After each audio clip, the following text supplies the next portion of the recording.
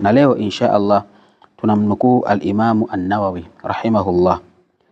Qala fi risalatihi al-Maqasid, al-amesema katika kitabu chake kinaitwa Risalatul Maqasid fi maqasid at-tasawuf, katika kipengele ambacho ameeleza maqasid at-tasawuf, makusudio ya tasawuf. Anasema usulu tariqi at-tasawuf khamsatun, misingi ya mapito ya wale ambao wanaitwa masufi, misingi yao ni mitano.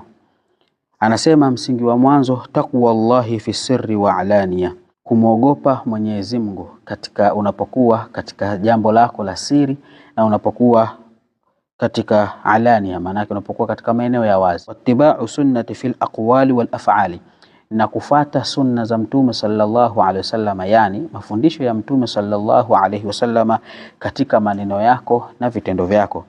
Wal i'radu anil khalqi fil iqbali wal idbari, na kuishi na watu pasipo kuwapa nafasi kwamba wao ndio kila kitu, pale unapokutana nao na pale unapowapa mgongo. Kisha anasema waridha anillahi fil qalil wal kathiri, na kuridhia katika kile ambacho Mwenyezi Mungu anakupatia, kiwe kidogo au kiwe kingi. Warujuu ila Allahi fi sarra'i wad dharra, na kurejea kwa Mwenyezi Mungu unapokuwa katika hali za furaha na unapokuwa katika hali za huzuni.